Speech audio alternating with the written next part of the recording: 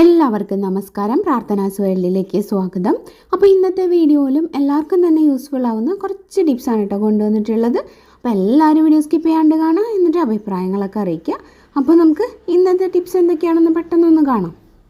ആദ്യത്തെ ടിപ്പ് എന്താണെന്ന് വെച്ചാൽ, ഇതുപോലത്തെ കോഫി പൗഡറുകളുടെയൊക്കെ ഈ ഒരു ബോട്ടിൽ കാണാനായിട്ട് നല്ല ഭംഗിയാണ്.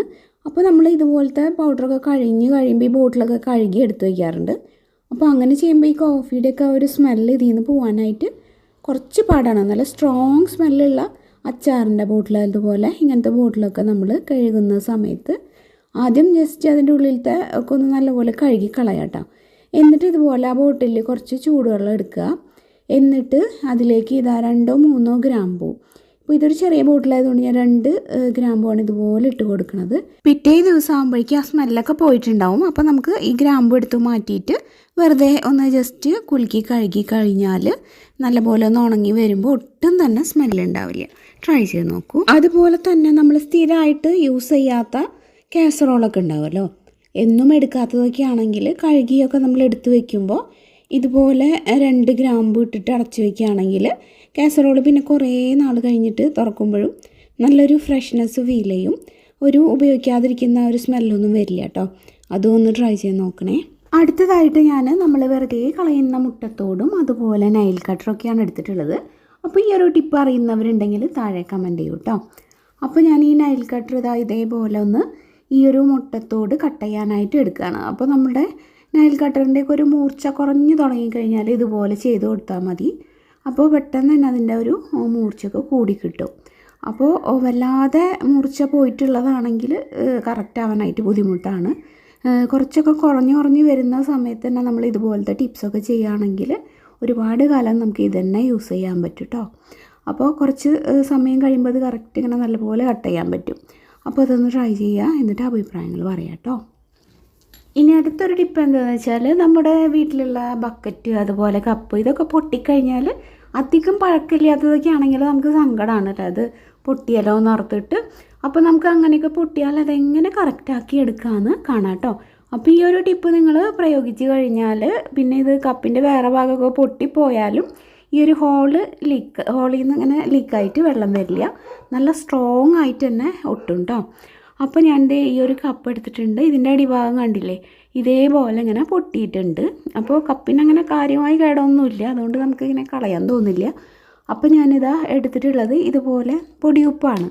അപ്പോൾ നമ്മൾ പൊടിയുപ്പ് എടുത്തിട്ട് ഇതുപോലെ ആ ഒരു പൊട്ടിയ ഭാഗത്ത് നന്നായിട്ട് ഇങ്ങനെ ഇട്ട് കൊടുക്കുക. ആ ഒരു ഹോളിലേക്കൊക്കെ ഇങ്ങനെ വരണം കേട്ടോ, നന്നായിട്ട് ഇങ്ങനെ ഇറങ്ങാൻ വേണ്ടി ഒന്നിങ്ങനെ കൈവിരൽ വെച്ചിട്ട് ഒന്നിങ്ങനെ പ്രസ് ചെയ്ത് കൊടുക്കുക. കണ്ടോ? അപ്പോൾ ഇതേപോലെ നീളത്തിൽ ഇട്ട് കൊടുക്കുക.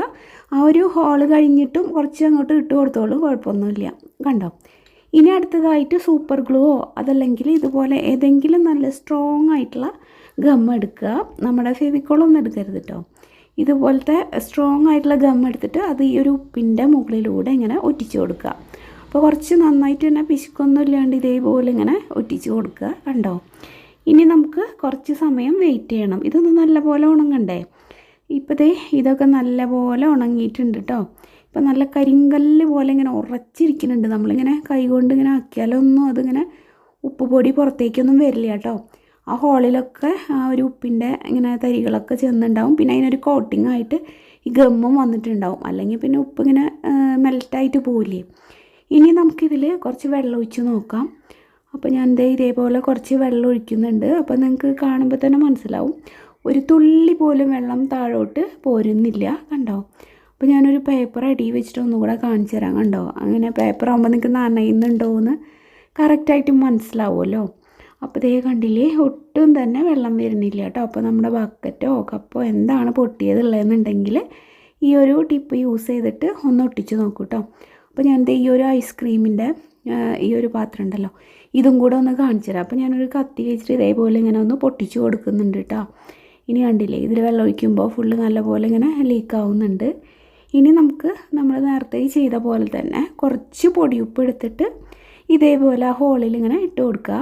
കണ്ടോ? എന്നിട്ട് കൈ വെച്ചൊക്കെ ഒന്ന് പ്രസ് ചെയ്യണേ. എന്നിട്ട് വീണ്ടും ആ ഗമ്മൊന്ന് ഇതേപോലെ ഒറ്റിച്ച് കൊടുക്കുക. എല്ലാ ഭാഗത്തും നല്ലപോലെ ആവണം. എന്നിട്ട് കുറച്ച് സമയം വെയിറ്റ് ചെയ്യുക, നന്നായിട്ടൊന്ന് ഉണങ്ങട്ടെ. പിന്നെ നമ്മളിത് ചെയ്യാൻ പോകുന്ന സമയത്ത് ബക്കറ്റായാലും കപ്പായാലും ഒട്ടും തന്നെ വെള്ളം പാടില്ല.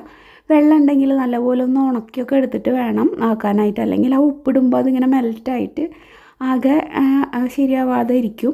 അപ്പോൾ കറക്റ്റ് നല്ല ഉണങ്ങിയിട്ടുള്ള ബക്കറ്റോ അല്ലെങ്കിൽ കപ്പോ എന്താണെങ്കിൽ എടുക്കാൻ മറക്കരുത്. ഇപ്പോൾ ദേ കണ്ടോ, ഇതും നല്ലപോലെ സ്റ്റിക്കായിട്ടുണ്ട്. ഇതിൽ വെള്ളം ഒഴിക്കുമ്പോഴും ഒട്ടും തന്നെ ലീക്കാവുന്നില്ല. അപ്പോൾ നിങ്ങളെല്ലാവരും ഈ ഒരു ടിപ്പ് ട്രൈ ചെയ്ത് നോക്കുക, എന്നിട്ട് ഫീഡ്ബാക്ക് പറയാം കേട്ടോ.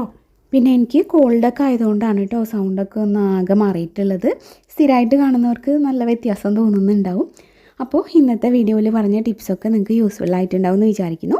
വീഡിയോ യൂസ്ഫുൾ ആണെങ്കിൽ ഒരു ലൈക്ക് തരിക, ഫ്രണ്ട്സൊക്കെ ആയിട്ട് ഷെയർ ചെയ്യുക. അഭിപ്രായങ്ങൾ എന്തായാലും താഴെ കമൻ്റായിട്ട് പറയുക. പിന്നെ ചാനൽ പുതുതായിട്ടാണ് കാണുന്നതെന്നുണ്ടെങ്കിൽ നിങ്ങൾക്ക് എൻ്റെ ടിപ്സൊക്കെ ഇഷ്ടമാണെങ്കിൽ ഒന്ന് സബ്സ്ക്രൈബ് ചെയ്ത് സപ്പോർട്ട് ചെയ്യണേ. ഇനിയപ്പോൾ മറ്റൊരു നല്ല വീഡിയോയിൽ വീണ്ടും കാണാം. എല്ലാവർക്കും നന്ദി. താങ്ക്